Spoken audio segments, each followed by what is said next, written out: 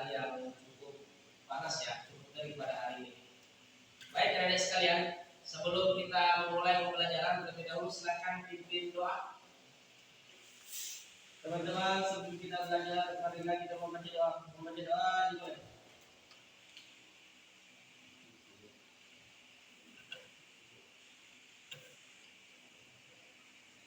Selesai. Baik, adik-adik sekalian, siswa-siswi sekalian, hari ini kita akan mempelajari tentang konflik dan perdamaian dalam era globalisasi. Nah, jadi di dalam materi ini kita akan mempelajari hal tersebut. Nah, berkaitan dengan judul yang tadi, apa sih sebenarnya yang dimaksud dengan era globalisasi? Ya, apa yang dimaksud dengan globalisasi?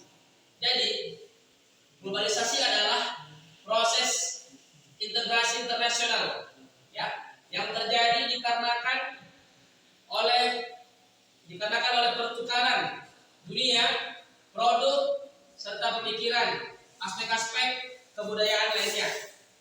Di balik hal itu pula, globalisasi telah membawa perubahan yang sangat signifikan, yang sangat cepat.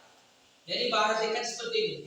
Globalisasi itu adalah suatu program budaya, ya, yang terus-menerus di setiap waktu, ya, di setiap zaman kita ikuti. Ya, kita ikuti, itu namanya era globalisasi. Saling menyamakan, saling mengikuti dan tidak ketinggalan.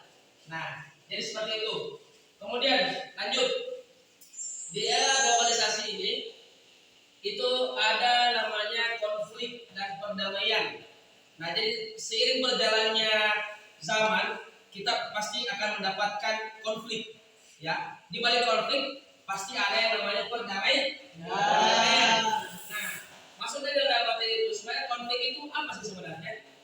Nah, jadi konflik ini adalah sebuah pertentangan atau perselisihan kepentingan antara individu maupun kelompok. Itu namanya konflik. Ya, ada pergesekan, ada permasalahan, ya. Kemudian yang kedua ada perdamaian. Di balik konflik tentu ada perdamaian. Nah, perdamaian ini maksudnya adalah kondisi harmonis, ya, kondisi harmonis dan juga stabil tanpa adanya sebuah adu fisik, ya. Jadi itu namanya perdamaian. Maksudnya seperti melobi-lobi bagaimana supaya konflik ini bisa mereda, bisa dibicarakan secara baik-baik. Itu contoh kita di kelas. Ya, kalau misalnya di kelas misalnya kita ada konflik dengan teman kita, tentu pastinya kita harus mencari cara bagaimana supaya konflik ini selesai, betul kan? Nah, dengan cara apa? Cara komunikasi, ya, dan mencari cara supaya masalah ini selesai. Nah, sama halnya seperti Darul misalnya, dia ada bermasalah dengan temannya, ya, sehingga harus mencari solusi bagaimana supaya masalah yang dialami oleh Darul ini bisa selesai. Nah, itu namanya perdamaian. Tapi itu secara individu. Nah, kalau misalnya kelompok, nah itu misalnya ada konflik antara kelompok laki-laki dengan kelompok perempuan misalnya. Oh, kelompok laki-laki ini masalahnya dia tidak mau nih kalau tempatnya diambil oleh perempuan karena ada permasalahan ini. Baik, adik-adik sekalian, berkaitan dengan materi-materi yang telah saya jelaskan tadi, yang telah Bapak jelaskan tadi, ya Bapak ingin menanyakan, ya, satu hal yang penting kepada dua orang teman kalian, ya. Silakan nanti bisa dijawab menggunakan bahasanya secara pribadi, ya. Silakan kepada saudara Darul, ya.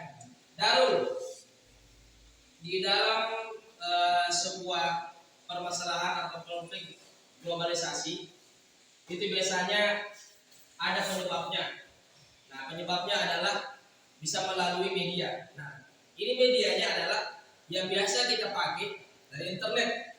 Nah, tentu internet ini kan pasti ada dua dampak, ya. Ada dampak negatif dengan dampak positif. Di balik dua dampak ini, coba disebutkan apa saja dampak negatif dari internet. Darul, silakan dijawab. Dampak negatif dari internet